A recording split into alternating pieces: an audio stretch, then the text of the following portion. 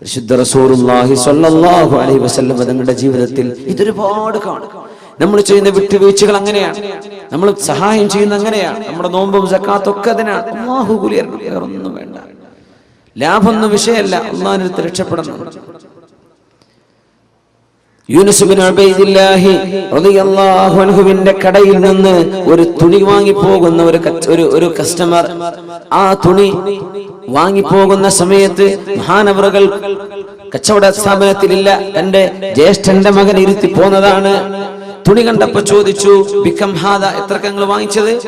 അയാൾ പറഞ്ഞു, 400 ദിർഹം, 400 ദിർഹമിനാണ്, 400 വെള്ളി നാണയങ്ങൾക്കാണ്. അന്ന് സ്വർണ്ണ നാണയം വെള്ളി നാണയല്ല, ദിർഹം വെള്ളിയാണ്, ദീനാർ സ്വർണ്ണമാണ്. 400 ദിർഹം, 400 വെള്ളി നാണയങ്ങൾക്ക്. അവർ പറഞ്ഞു, യാ അല്ലാഹ്, ഇതിനാകെ 200 വിലയുള്ളൂ, നിങ്ങൾ എന്തിനാ 400 കൊടുത്തത്? പഠിച്ചോനെ, എന്റെ നാട്ടിൽ 600 കിട്ടൂല എന്ന് പറഞ്ഞ, എന്റെ നാട്ടിൽ 600 കിട്ടില്ല, പിന്നെ കിട്ടിയത് ലാഭമല്ലേ ഇവിടെ. അദ്ദേഹം പറഞ്ഞു, വാ, ഇല്ലല്ല, ഇതിന് 200 വിലയുള്ളൂ, വാ. പൊന്നാര സഹോദരൻ, നിങ്ങൾ എന്തിനാ എന്നെ പറയുന്നത്? ഇത് എന്റെ കടയിൽ നിന്ന് വാങ്ങിച്ചതാ, വാ എന്ന് പറഞ്ഞു. കൊണ്ടുപോയി ജ്യേഷ്ഠന്റെ മോനോട് ചോദിച്ചു, ചെവിക്കുന്നിക്ക് പിടിച്ചിട്ട് ചോദിച്ചു, എത്രക്ക് അയാൾക്ക് വിറ്റത്? ഞാൻ 400 എന്ന് പറഞ്ഞു. മൂപ്പര് ഓക്കെ എന്ന് പറഞ്ഞു. അത് അള്ളാഹിന്റെ അടുത്ത് ഓക്കെ അല്ല, കൊടുക്കുക, ബാക്കി കൊടുക്കുക. സുബ്ഹാനല്ലാഹ്, തിരിച്ചു കൊടുക്കുക പൈസ എന്ന് പറഞ്ഞു. ഇല്ലെങ്കിൽ 400ന്റെ വിലയുള്ള തുണി കൊടുക്കുക. സുബ്ഹാനല്ലാഹ്, എന്റെ കച്ചവടം ചെയ്യുന്നത് അള്ളാഹ്ക്ക് വേണ്ടിയിട്ടാണ്, വേറൊന്നുമല്ല. കച്ചവടം ചെയ്യുന്നത് അള്ളാഹുവിന് വേണ്ടിയിട്ടാണ്. മുഖ്ലിസീന ലഹുദ്ദീൻ. അബൂ അബ്ദുല്ലാഹിൽ ഖയ്യാത്ത് റളിയല്ലാഹു അൻഹു വസ്ത്രങ്ങൾ നെയ്തു കൊടുക്കുന്ന ഒരു ടൈലറാണ്. വസ്ത്രം നെയ്തു കൊടുക്കും. കുറെ കസ്റ്റമേഴ്സ് ഉണ്ടാവും, കുറെ ആളുകൾ ചോദിച്ചു വാങ്ങിച്ചു പോകും. അന്നൊരിക്കൽ വസ്ത്രം വാങ്ങാൻ വേണ്ടി നിത്യം അവരെ സന്ദർശിക്കുന്ന ഒരു ജൂസിയുണ്ട്. ഇറാനിയായ ഒരു പേർഷ്യക്കാരനായ തീ ആരാധിക്കുന്ന അയാൾ വന്നിട്ട് സ്ഥിരം കസ്റ്റമർ, ഒരു കന്തുറ വേണം അല്ലെങ്കിൽ ഒരു കുപ്പായം വേണം, അത് നെയ്തു കൊടുക്കും, അത് വാങ്ങിച്ചു പോകും, പൈസ കൊടുക്കും, വാങ്ങിച്ചു പോകും. ഒരിക്കൽ അസ്ർ നിസ്കാരത്തിന് പോയപ്പോ സ്വന്തം ശിഷ്യനെ കടയിൽ നിർത്തിയിട്ട് പോയതാണ്. ഇയാൾ വാങ്ങിക്കാൻ വേണ്ടി വന്നു. എന്റെ ഡ്രസ്സ് എവിടെ കൊടുത്തു. ഡ്രസ്സ് കൊടുത്തപ്പോ ഇയാള് തിരിച്ച് പൈസ കൊടുത്തു. കൊടുത്ത പൈസ എന്താണ്? ഫേക്കാ, കള്ളനാണയായിരുന്നു. കള്ളനാണയം, കള്ളനോട്ടെന്നൊക്കെ പറയില്ലേ, കള്ളനാണയമാണ്. അപ്പൊ ഈ ശിഷ്യൻ പറഞ്ഞു, തരൂല, കള്ളനാണയത്തിന് തരാൻ പറ്റൂല, സാധനം താ, പിന്നെ വന്ന് വാങ്ങിച്ചോന്ന് പറഞ്ഞയച്ചു. നിസ്കാരം കഴിഞ്ഞ് വന്നപ്പോ മഹാനായ അബൂ അബ്ദുല്ലാഹിൽ ഖയ്യാത്ത് റഹിമഹുല്ലാഹയോട് ശിഷ്യൻ പറഞ്ഞു, ഇങ്ങനെ ഒരാൾ വന്നിരുന്നു, വസ്ത്രം ഞാൻ കൊടുത്തു, പിന്നെ തിരിച്ചു മേടിച്ചു. എന്തേ? ആള് കള്ളനാണയം തന്നത്, ഞാൻ വാങ്ങിച്ചില്ല. സൈഫ് എന്ന് അറബിയിൽ പറയാം, മുസയ്യഫ്. എന്തേ സഹോദരങ്ങൾ അത് ചെയ്തത്? പൊന്നു ശിഷ്യ, ഞാനും അയാളും കച്ചവടം നടത്താൻ തുടങ്ങിയിട്ട് 1 വർഷമായിട്ടുണ്ട്. ഈ 1 വർഷത്തിനിടയ്ക്ക് അയാൾ എനിക്ക് തന്ന മുഴുവൻ നാണയം കള്ളനാണയാണ്. അത് ഞാൻ വാങ്ങിച്ചൊരു കിണറ്റിൽ കൊണ്ടുപോയി എറിയല. ഇനി ഇവൻ വേറെ ആരെയും കൊണ്ടുപോയി പറ്റിക്കണ്ട, ഞാനോ പറ്റിക്കപ്പെടുന്നുണ്ട്, ഇനി ഇവൻ വേറെ ആരെ വഞ്ചിക്കരുത് വിചാരിച്ച് ഞാനതെടുത്ത് കിണറ്റിൽ എറിയറാ ചെയ്യാറ്. നീ എന്തിനവരെ പറഞ്ഞ വേറെ ആരെയും കൊണ്ടുപോയി വഞ്ചിക്കൂലേ? സുബ്ഹാനല്ലാഹ്, ഇസ്ലാമിന്റെ സംസ്കാരം എന്നൊക്കെ പറഞ്ഞത് ഈ പാരമ്പര്യമാണ്. ഇങ്ങനെ ചിന്തിച്ചിരുന്നൊരു സമൂഹം, ആരെയും വഞ്ചിച്ചുകൂടാ എന്ന് ചിന്തിക്കുന്നൊരു സമൂഹം. എന്തിനായി ചെയ്യുന്നത്? അള്ളാഹുവിന്റെ അടുത്ത് പ്രതിഫലം കിട്ടണം. ജനങ്ങളുടെ കയ്യടിയോ ജനങ്ങളുടെ അടുത്ത് കാശ് വാങ്ങി ഒന്നുമല്ല വേണ്ടത്. ചെയ്യുന്നത് സത്യസന്ധമാണോ? ഞാൻ അള്ളാഹുവിന് വേണ്ടി ചെയ്യാം, ഇത് ചിന്തിക്കുന്ന ആളുകൾ. അങ്ങനെ മാപ്പ് ചെയ്തു കൊടുക്കുന്നവർ, അള്ളാഹുവിന് വേണ്ടി പൊറുക്കലിനെ ചോദിച്ചു കൊടുക്കുന്നവർ. ഇബ്രാഹിം റളിയല്ലാഹു തആല അൻഹു കുറെ നാൾ ഒരു മരുഭൂമിയിൽ, അവരെ കുറെ കാലം അവിടെ താമസിച്ചിട്ടുണ്ട്. ഇബ്രാഹിം റളിയല്ലാഹു തആല ഇന്നത്തെ സിറിയയുടെ പല ഭാഗങ്ങളിലായിട്ട്, ഈജിപ്തിന്റെ ചില ഭാഗങ്ങളിലൊക്കെ ആയിട്ട് അവർ ജീവിച്ചിട്ടുണ്ട്. അവിടെ ഒരു സൈന്യത്തിൽപ്പെട്ട ഒരാൾ കൂട്ടം തെറ്റിയിട്ട് വന്നു, ഒരു പട്ടാളക്കാരൻ. അയാൾ ചോദിച്ചു, ഐനൽ ഉംറാൻ, എവിടെ മനുഷ്യന്മാരൊക്കെയുള്ള സ്ഥലം എവിടെയെന്ന് ചോദിച്ചു. സിറ്റി, നഗരം എവിടെയാന്നൊക്കെ ചോദിക്കുന്ന പോലെ, ടൗൺ സെന്റർ ഏതാ വഴിയെന്ന് ചോദിക്കുന്ന പോലെ, ഐനൽ ഉംറാൻ, ജനങ്ങൾ എവിടെയെന്ന് ചോദിച്ചു. അപ്പൊ തൊട്ടപ്പുറത്തൊരു ഖബർസ്ഥാനുണ്ട്. അവിടെ ഉണ്ടല്ലോ എന്നാണ്, കുറെ മനുഷ്യന്മാരുടെ കിടക്കുന്നുണ്ടല്ലോ. ഞാൻ ഇതല്ല ചോദിച്ചത്, ഐനൽ ഉംറാൻ, മനുഷ്യന്മാരെവിടെ? ഇതൊക്കെ മനുഷ്യന്മാരാണല്ലോ.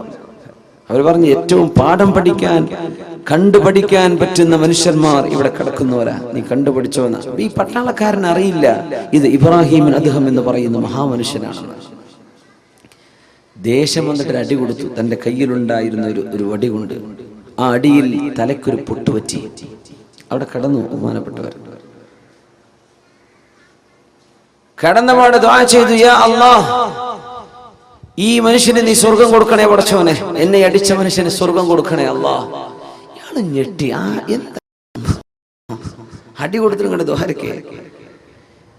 പിന്നെ ആരോടൊക്കെ ചോദിച്ച് ഇയാൾ വഴി അറിഞ്ഞു ടൗണിലേക്ക് എത്തിയപ്പോൾ കൂടുതലുള്ള പട്ടണക്കാർ ചോദിച്ചു, എങ്ങനെ വഴി കിട്ടിയത്? ഞാൻ ആകെ കുടുങ്ങിയിരുന്നു. ഞാൻ ഒരാളോട് ചോദിച്ചു, അയാൾ എന്നെ കുറെ സ്വീപ്പാക്കി.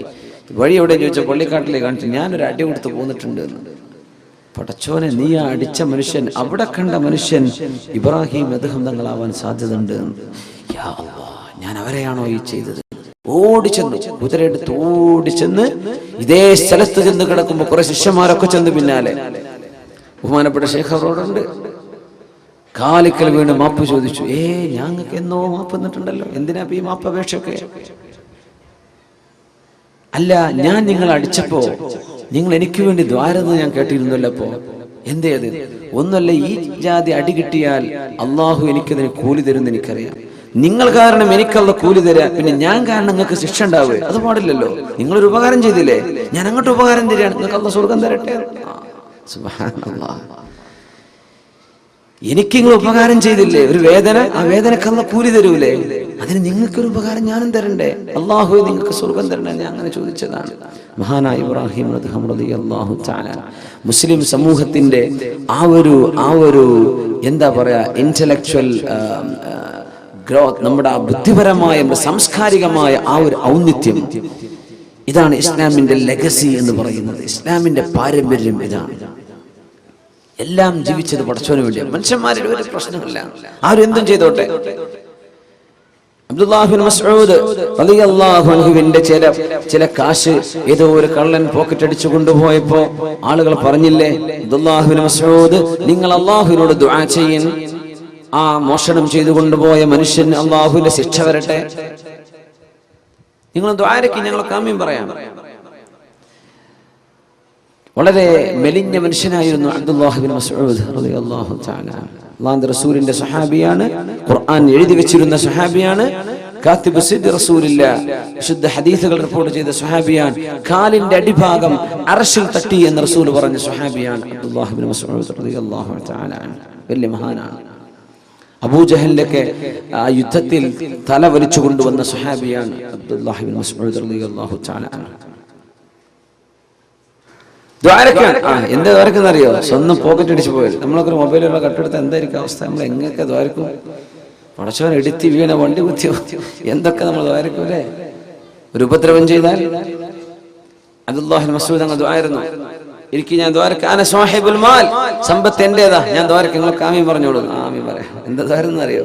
അല്ലാഹുമ്മ പടച്ചവനെ, ഇൻ കുൻത തഅലം അന്നല്ലദീ സറഖ മാലി മുഹ്താജുൻ ഇലൈഹി ഫബാരിക് ലഹു ഫീഹി യാ റബ്ബ്. പടച്ചവനെ, എന്റെ സമ്പത്ത് മോഷ്ടിച്ചു കൊണ്ടുപോയവൻ, അവൻ അത്യാവശ്യമുണ്ടായിട്ട് മോഷ്ടിച്ചതാണെങ്കിൽ അവൻ കൊണ്ടുപോയ സ്വത്തിൽ നീ ബർക്കത്ത് കൊടുക്കണേ അല്ലാഹ്.